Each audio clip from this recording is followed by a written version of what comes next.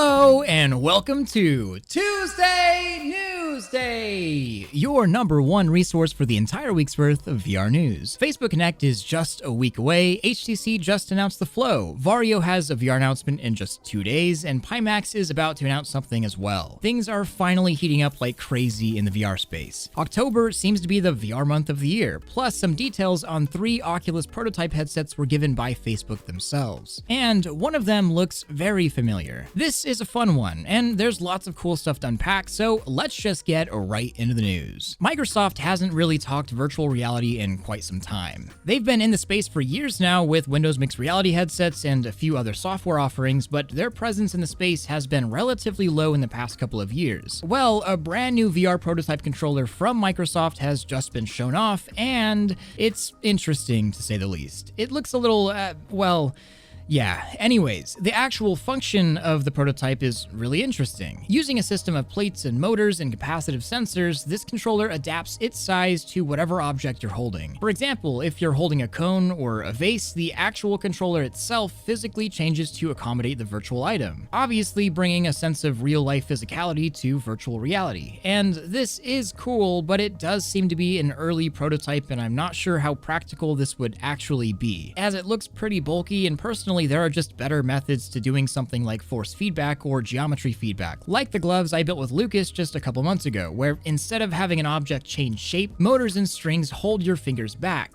emulating gripping an object. Either way, pretty cool prototype project, and I'm glad to see Microsoft publishing VR prototype devices, even if it does look a little odd. Pimax just announced an entire online conference similar to something like Facebook Connect, this one being the first to be held on October 25th. And it seems Pimax has something decently big to announce, or at least show off, as Pimax Frontier, the name of the conference, is said to show the future roadmap of the company, their hardware and software offerings, and related technologies. And this conference says specifically they will be showing off their vision for VR 3.0, whatever that means. Also, it seems they will be announcing, or at the very least teasing, a new device codenamed Reality, with Pimax saying this, quote, "A new product that's several generations ahead of anything currently on the market," end quote. Well, if you want to hype me up, I guess that's one way to do it. Also, recently Pimax finally started mass production of their new Sword Lite Steam VR controllers. These were promised 4 years ago, all the way back during the original Kickstarter for an 8K VR headset. The original release date set for 2019, but it's been delayed until, well, now. A few interesting things about the Sword Lite. For one, there's no thumbstick, it's all touchpad controls, which I'm not a huge fan of at all. And these controllers only work with Pimax headsets, so even if you did want one, well, you better have a Pimax headset as well. And a 4-hour battery life, and they cost $300. Supposedly, there is another set of Sword controllers coming with better features, but I think for now, I'll just stick with my Valve Index controllers. A quick word on Pimax, though. I actually really like Pimax headsets, and I nearly swapped to using a 5K Super daily, but it really wasn't optimal for content creation for a multitude of reasons, so I did swap back to the Index. Still pretty decent headsets though. Pimax specializes in super wide field of view devices, which is something many companies just don't focus on, so I give them props there. I just wish they would focus on 1 or 2 really good headsets for a good price, because right now their offerings just seem all over the place. I always wonder where Pimax would be if they had a single headset that did everything people wanted for a good price. Instead, they have like 6, and these controllers. Oh well, I'm still excited to see what Pimax may bring to the table in just a few days with the Reality. And speaking of Reality, Facebook Reality Labs just dropped quite a few pictures of some prototype VR headsets, and we have some interesting details on them as well. If you thought the Index or Quest 2 were representative of where VR technology is at right now, you'd be sorely mistaken. Behind closed doors, VR is kind of light years ahead of what we see, or what we as consumers can even get our hands on for an affordable price. 3 different prototypes were shown, one looking a lot like a Quest body with a Rift S style head strap and some sort of cage around the headset, assumed to be some sort of face tracking module, with rumors floating around about downward facing cameras that enable camera-based skeletal tracking. That's essentially inside-out full body tracking, which hypothetically is possible, but we have no further information on that besides a couple keynotes that Oculus listed at previous conferences a couple years ago. The next prototype is worn by Mark Zuckerberg himself, and one thing I noticed right away is none of these headsets are particularly small, but they are prototypes, and they seem to be packing some very weird and interesting technology. Mark saying, quote, "I spent the day with the Facebook Reality Labs research team in Redmond to demo our next generation virtual reality, augmented reality, and artificial intelligence tech. This one is an early retina resolution prototype. The future is going to be awesome," end quote. And I find the retina part to be particularly important. Retina resolution VR headsets simply don't really exist yet, with the exception being the Varjo XR3, but that's only retina resolution in the center of the display. And once again, if you think VR looks pretty good right now, once you see retina level VR, it's hard to go back. And in case you don't know what that is, if something is a retina class display, then pixels are invisible to the eye, and clarity is matched with that of, well, real life. It doesn't mean the graphics are like real life, but the clarity is, and that does change a lot. Finally, a third prototype, which seems to be the closest to an actual product just by the design, was shown off by Andrew Bosworth, with this picture saying Michael Abrash's team, Abrash formerly of Valve, showed some early looks at the technology that will underpin the metaverse, as he put it. What's more interesting about this specific device is we've seen it before, of course only in patents, but it's very clearly this headset that was found in patents just a few months ago, or at least something very similar. A small-ish form factor device with a single loop head strap, and it looks pretty cool. The official Facebook Connect is just a little more than a week away from today, and I can bet we'll at least hear something about some of these prototypes, especially regarding where retina class devices are headed and what this device is, because it looks pretty far along and we know practically nothing about it, its capabilities, or if it will be a product in the future. But I do dig the design and form factor, and if this is the same headset as the patents, then, well, I'm excited to see it. But now it's time for a meme break! Who knew AR could be so real?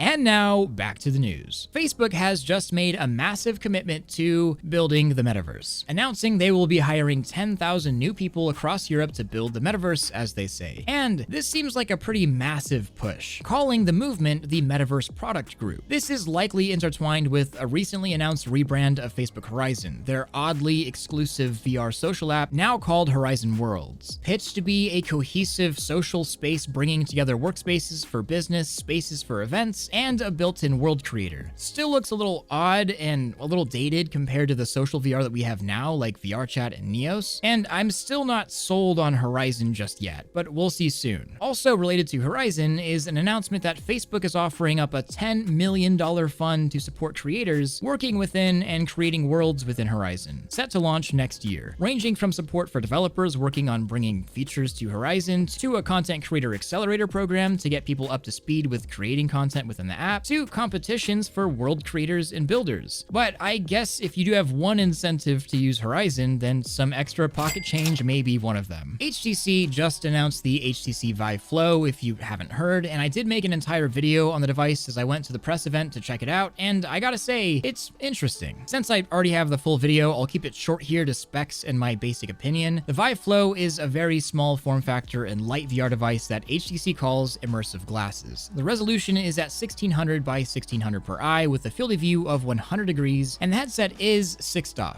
but it comes with no controllers, as you have to use an Android phone as a 3DoF controller. Kind of an oof there. And the device is powered by an older Qualcomm XR1 chip, plus it costs $500. Basically, the Vive Flow isn't a bad or terrible headset, it just has some extreme limitations. I mean, it's comfortable, light, and pretty good for viewing content or playing light games, but that's about it. It's not a Pop One or Beat Saber device at all. And I kind of wish that it was that, as well as being light and comfortable. Either way, I've got way more thoughts in the video if you're interested. It's a relaxation or lifestyle device. It's not meant for everyone, especially if you don't like watching VR content, or you only play VR to play games, or you don't have $500 lying around, or you have an iPhone. And I think HTC is okay with all of that. Also, don't forget, in 2 days, Varjo has an announcement for something really big, I think. I should have a video out that day or really soon soon after, and that's all I'm gonna say. Moving on. So we have some pretty good VR headsets right now, with good tracking and good enough controls for the software that we have. We even have full body tracking and face and eye tracking, but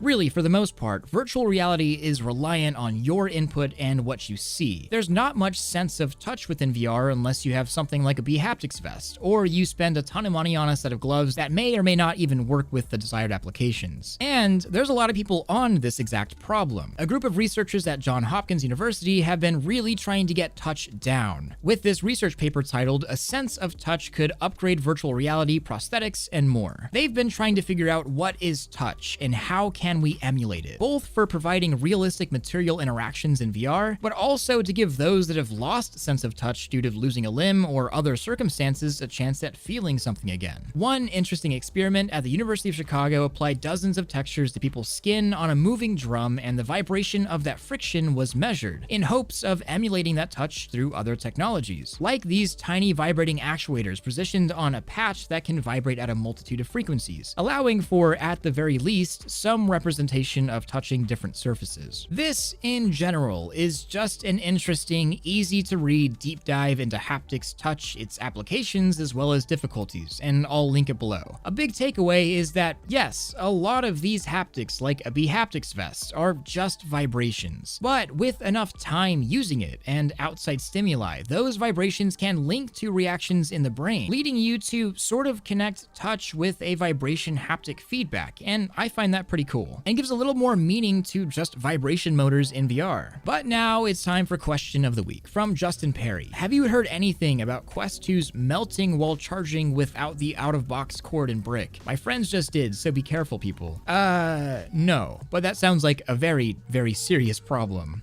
Maybe send some pictures so we can investigate this as a community. I don't know, maybe we should stick to the charger it came with, but I'm also really interested to see exactly what happened here, and if anybody else has heard about this, because this doesn't sound like a small problem. And I guess that's question of the week. Leave yours down below and I may just answer yours next. I'll be streaming on Twitch today, so stop on by and let's chat about VR, because I don't do that enough, I guess. Also, join up in my Discord server for more VR people like yourself. I want to say thank you to all of my Patreon supporters, especially my Omegas like Surefire, Accuric, Benji, Biz, Boo-Wootsie, Destroyer Biscuit, Dysfunctional Potat, Electromaster, Flaming Dragon, Furtrap, HCG Randon, Henry B, It's Lumi, Jonathan, Keffi, Calm, Lucid VR, Miss Quinn, Mud King, Ronzarelli, That Brock Eye, and Very Evil Shadow. I couldn't do any of this without you. Don't forget to like this video if you loved it, subscribe if you want more of this, and hit that freaking bell if you just can't live without it. Much love, Thrill out.